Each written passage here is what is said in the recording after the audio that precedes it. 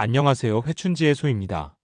오늘도 건강하고 행복하셨나요? 저는 여러분께 늘 삶에 도움이 되는 이야기, 그리고 마음을 풍요롭게 해줄 작은 지혜들을 전해드리고자 노력하고 있습니다. 오늘 들려드릴 이야기는 바로 70세에서 80세까지 꼭 지켜야 할 7가지 지침입니다. 많은 분들이 노년에 들어서면 나는 이제 다 살았다, 이 정도면 됐다 하고 생각하시곤 합니다. 하지만 인생은 끝까지 배워가고 끝까지 누릴 가치가 충분히 있지요. 오늘 제가 들려드릴 이 7가지 지침은 그 어느 때보다 중요한 노년의 삶을 더욱 건강하고 의미 있고 또 행복하게 만들어줄 것입니다. 이제부터 하나씩 살펴보면서 왜 이 지침들이 필요한지, 또 어떻게 실천하면 좋을지 함께 나눠보겠습니다. 마음 편히 들으시면서 하나씩 마음에 새겨보세요. 1. 건강을 위한 기초 체력 관리. 먼저 가장 중요한 것은 아무래도 건강입니다. 평생 잘 먹고 잘 살아왔다고 하더라도 70세, 80세가 되면 우리 몸 곳곳에서 작은 신호들이 찾아오기 마련입니다. 예전에는 아프지 않던 곳이 갑자기 아프거나 조금만 움직여도 금방 피곤해지기도 하죠. 이럴 때 무조건 나이가 드니 어쩔 수 없지라는 생각으로 포기하고 많은 분들이 계시는데, 사실 그렇지 않습니다. 저는 70대 초반이 되던 해 무릎 관절이 자주 시큰거리는 것을 느끼고 가벼운 산책조차 부담이 되어버린 적이 있습니다. 처음에는 이제 나도 늙었구나 하며 체념하려고 했지만, 주변에 꾸준히 운동을 해온 분들을 보니 오히려 예전보다 더 활기차게 살아가시는 모습이 보이더군요. 그래서 저도 마음을 다잡고 일단 의사 선생님께 정기 검진부터 받았고, 전문가의 조언에 따라 가벼운 근력 운동을 조금씩 시작했습니다. 처음에는 어렵고 무리하면 오히려 관절이 더 아픈 때도 있었지만, 의사의 지시를 잘 지키고 천천히 진행하니 상태가 나아지는 걸 체감했습니다. 이후부터는 매일 아침 가벼운 스트레칭과 일주일에 두세 번 정도 공원에서의 가벼운 걷기를 습관으로 만들었습니다. 결국 나이에 맞는 운동을 적절히 꾸준히 해주는 것이 정말 중요하다는 걸 몸소 깨닫게 되었어요. 특히 70대, 80대에는 무리한 운동이나 극단적인 다이어트보다는 적당한 움직임과 적정 체중 유지가 핵심입니다. 근력과 유연성, 균형 감각을 길러주는 운동을 병행하는 것이 좋은데, 무릎이나 허리가 불편하다면 전문가나 물리치료사와 상의해 안전한 방식으로 시작하시길 권해드립니다. 나이가 들수록 근육량이 줄어들어 균형 감각도 약해지는데, 이를 보완해주는 쉬운 방법 중 하나가 바로 수중 운동이나 실내 고정 자전거 타기처럼 관절 부담이 적은 운동이에요. 물속에서 걷거나 가볍게 움직이는 것은 몸무게 부담이 덜하기 때문에 무릎 통증이 있는 분들에게도 효과적입니다. 이렇게 몸을 조금씩 움직여주면 혈액순환이 잘 되고 근육이 유지되어 각종 질환 예방에도 큰 도움이 됩니다. 2. 마음의 평안을 위해 감정 관리하기. 두 번째 지침은 감정 관리입니다. 우리가 보통 몸이 아프면 병원에 가는 것처럼 마음이 괴로울 때도 적절한 돌봄이 필요합니다. 그런데 한국 사회에서는 마음의 병에 대해 이야기하는 것을 부끄러워하거나 나이가 드니 우울해지는 건 당연하지 하고 넘기는 경향이 있습니다. 특히 은퇴나 자녀 독립, 친구들의 부재 같은 큰 변화를 겪다 보면 공허함이나 소외감이 찾아올 수 있어요. 저 역시 갑작스럽게 사회와의 단절감, 그리고 이제는 나를 필요로 하는 곳이 없구나라는 느낌이 들었을 때 우울이 밀려왔던 경험이 있습니다. 우리는 평생 일하면서 가족을 돌보느라 정신없이 지내다가 어느 순간 역할이 사라지면 허탈감이 크게 다가옵니다. 이럴 땐 스스로 마음을 다잡는 것도 중요하지만, 주변 사람들에게 마음을 열고 도움을 요청하는 것도 필요합니다. 때로는 가족이나 가까운 친구에게 털어놓는 것만으로도 한결 가벼워지며, 필요하다면 전문 상담사나 심리상담센터를 찾아가 보는 것도 괜찮습니다. 실제로 요즘은 시니어 심리 상담도 많이 활성화되어 있고, 정부 지원 프로그램이나 사회복지관에서 진행하는 경우도 많습니다. 무엇보다 중요한 것은 내 감정 상태를 제대로 인지하고 이를 스스로 인정하는 태도입니다. 나이가 많다고 해서 부정적인 감정을 참거나 내가 이 나이에 무슨 상담이야 라고 생각할 필요가 전혀 없어요.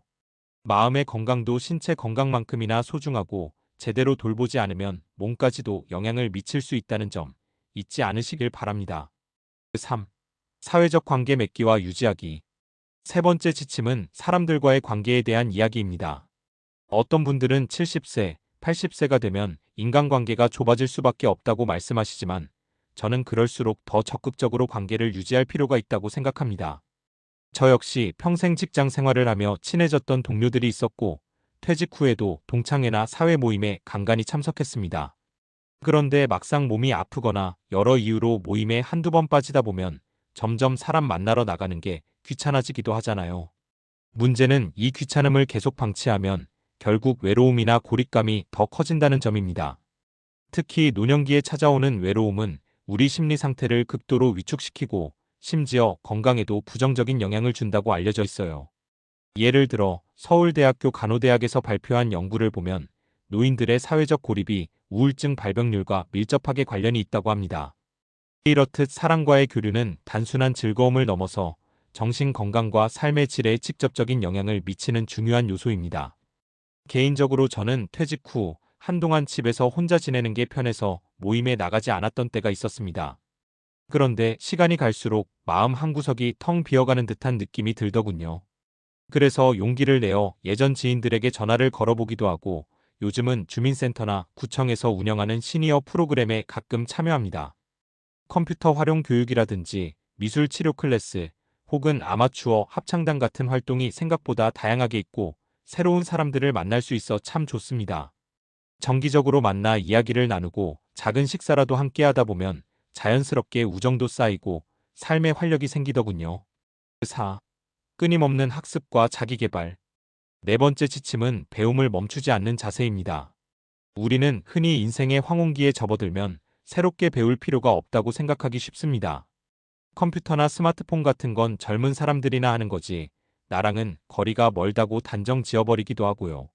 하지만 이제는 시대가 빠르게 변하고 있고 새로운 기술이나 지식이 노년의 삶을 훨씬 풍요롭게 만들어줍니다. 제가 기억하는 한 예로 어느 날 식당에서 어르신 한 분이 스마트폰으로 손주랑 영상 통화를 하고 계셨어요. 처음에는 익숙하지 않아 살짝 헤매는 모습이었지만 손주가 웃으면서 할머니 귀에 더 가까이 대야 해 라고 알려주자 금방 배워서 즐겁게 대화하시는 걸 보고 제가 괜히 흐뭇했답니다. 이렇게 디지털 기기를 조금이라도 배우고 나면 멀리 사는 가족이나 친구들과 편하게 연락할 수 있고 또 유튜브를 통해 다양한 정보를 접하거나 취미 생활을 즐길 수도 있죠. 저 또한 늦게나마 컴퓨터 기초와 SNS 활용을 배워봤는데 처음에는 낯설고 어려웠어요. 하지만 서서히 적응하고 나니 그동안 몰랐던 즐거움과 편리함을 발견하게 됐습니다. 예전에는 도서관이나 서점을 직접 찾아가야만 읽을 수 있던 책들이 전자책으로도 많이 나와 있고 다양한 시민 강좌나 평생교육원에서 쉽게 신청할 수 있는 온라인 강의도 많으니까요. 이처럼 새로운 것을 배운다는 것은 우리 뇌를 젊게 유지하는 데도 큰 역할을 합니다. 실제로 뇌과학 연구 결과에 따르면 노년기에 새로운 기술을 배우고 익히는 과정이 치매 예방에 도움이 된다는 근거가 꾸준히 보고되고 있습니다. 아무리 사소한 것이라도 나이가 들었다고 해서 배움을 포기하지 마세요. 책 읽기, 외국어 공부, 악기 연주, 그림 그리기 등등 하고 싶은 것이 있다면 시작할 수 있는 온라인 혹은 오프라인 강의가 분명 있을 겁니다. 처음엔 어렵고 귀찮을 수도 있지만 작은 성공 경험이 쌓이면 의욕이 생기고 그 의욕이 다시 일상을 활기차게 만들어줍니다. 해시태그 5. 현명한 재정관리와 생활비 설계. 다섯 번째 지침은 재정관리입니다. 노년기에 접어들면서 소득은 줄어들고 의료비나 생활비 부담은 늘어날 수 있습니다. 자녀들을 지원해주고 손주 용돈도 챙겨주다 보면 의외로 지출이 커지기 쉬워요. 그래서 미리 재정 상태를 점검하고 필요한 부분에서의 지출과 절약을 균형 있게 운영하는 게 중요합니다. 제가 퇴직할 때만 해도 어느 정도 퇴직금과 예적금이 있었지만 생각보다 빠른 속도로 생활비가 소진되더군요. 처음에는 이 정도면 20년은 거뜬하겠다 했는데 막상 보험료나 건강검진 비용이 늘어나고 가끔 자녀나 손주들에게 선물이라도 사주고 나면 예금 잔고가 서서히 줄어드는 걸 확인하게 됩니다. 그래서 늦게나마 재무 상담도 받아보고 공적연금이나 개인연금, 부동산 자산 등 내가 가진 자원의 흐름을 다시 한번 정리해봤습니다. 특히 주택연금이나 농지연금 같은 제도도 알아보니 의외로 괜찮은 선택지가 될 수 있겠더군요. 물론 개인의 상황에 따라 다르지만 정부나 지자체에서 제공하는 복지 혜택도 다양하기 때문에 주민센터나 노인복지관을 통해 정보를 얻는 것을 권장합니다. 무엇보다 중요한 것은 자신의 자산과 지출 계획을 정확히 파악하고 그에 맞춰 생활 패턴을 조정하는 것입니다. 그리고 아무리 자녀나 손주가 사랑스럽더라도 무리한 지출로 내 노후를 불안하게 만들어서는 안 됩니다. 자신이 안정된 삶을 살고 있어야 오히려 가족들에게도 지속적으로 도움을 줄 수 있으니까요. 해시태그 6. 나눔과 봉사를 통한 의미 찾기. 여섯 번째 지침은 봉사와 나눔을 통해 삶의 의미를 찾는 방법입니다. 직장에 다닐 때는 늘 바빠서 봉사활동이나 지역사회 참여 같은 걸 해본 적이 없거나 해도 가끔씩밖에 못하셨을 겁니다. 하지만 은퇴 이후에는 시간적 여유가 생기므로 작게나마 이웃을 도울 기회를 만들어 보는 걸 추천드립니다. 저는 한동안 이제 직장도 떠났고 할 일도 없으니 하루하루 뭐하고 살지? 하며 보냈습니다. 그러다 우연히 교회 봉사단체를 통해 독거 어르신 반찬 나눔 봉사에 참여하게 됐죠. 그분들의 집에 방문해 식사거리를 챙겨드리고 말벗이 되어드리는 일이었는데 처음에는 내가 남을 도울 수 있을까? 하는 의문이 들었습니다. 그런데 막상 가보니 저와 비슷한 또래임에도 더 어려운 상황에서 지내시는 분들이 많았고 제가 전해드리는 작은 도움이 그분들에게는 큰 힘이 된다는 사실을 알게 되었습니다. 고맙습니다. 덕분에 맛있게 잘 먹을 수 있겠네요. 라는 한마디에 저 스스로도 엄청난 보람을 느꼈습니다. 그리고 그런 작은 봉사활동을 통해 제 삶의 의미가 확장되는 듯한 기분이 들었어요. 나이가 들수록 내가 사회로부터 멀어지고 있다고 느끼는 순간이 많은데 오히려 봉사나 나눔을 통해 내가 다시 사회와 연결되어 있다는 것을 깨닫게 됩니다. 뿐만 아니라 같은 봉사단체 내에서 새로 알게 된 친구들과의 인연도 생기고 소소한 행사나 모임에 초대되면서 자연스럽게 인간관계까지 확장되니 일석이조였어요. 요즘은 봉사활동 종류도 워낙 다양해서 잘 찾아보면 자기 특성이나 건강 상태에 맞는 일을 선택할 수 있습니다. 예를 들어 거동이 조금 불편한 분들은 전화 상담 봉사나 봉사단체 사무 업무를 맡을 수도 있고 반려동물 보호센터나 지역아동센터 등 도움을 필요로 하는 곳이 정말 많습니다. 작은 일부터 시작해보시면 그로 인해 얻는 만족감이 생각보다 훨씬 클 겁니다. 7. 삶을 돌아보고 감사하는 태도. 마지막 일곱 번째 지침은 삶을 돌아보고 감사하는 마음을 가지는 것입니다. 나이가 들면 젊었을 때보다 좋은 점도 많지만 후회나 아쉬움이 떠오르는 경우도 적지 않죠. 그때 내가 좀 더 공부했더라면, 그때 그 선택을 안 했더라면 하는 식의 후회 말입니다. 그런데 이미 지나간 일을 후회하는 건 현재의 내 삶에 큰 도움이 되지 않습니다. 저도 종종 그런 회상을 할 때가 있지만 어느 순간부터는 그 대신 지금 제 곁에 있는 사람들, 그리고 이만큼 살아온 제 자신에게 감사하는 태도를 가지려고 노력합니다. 저는 매일 아침 간단하게라도 감사일기를 씁니다. 오늘 아침에 일어나니 컨디션이 좋아서 고마웠다. 마당에 핀 꽃을 보니 기분이 좋아졌다. 혹은 손주랑 전화 통화를 했는데 해맑은 목소리에 힐링이 됐다 같은 사소한 것이라도 적습니다. 이렇게 감사함을 기록하다 보면 별것 아닌 일에서도 행복을 느끼게 되고 마음의 여유도 생깁니다. 또한 과거에 나가 지금의 나를 만든 원동력이라는 점도 인정하게 됩니다. 때론 시행착오도 있었고 실수도 많았지만 그런 경험 덕분에 지금의 내가 있고 또 앞으로 살아갈 날들에도 배움이 될 수 있다고 생각해보는 거죠. 삶에 대한 감사와 긍정은 정신적, 신체적 건강에도 좋은 영향을 주어 우울증 예방뿐 아니라 만성 질환 관리에도 도움이 된다는 연구 결과들이 있습니다. 하루를 마무리할 때나 잠깐 쉬는 틈에 자신만의 방식으로 일상을 돌아보고 감사함을 표현해 보세요. 그것이 글쓰기든 기도든 묵상이든 방법은 상관없습니다.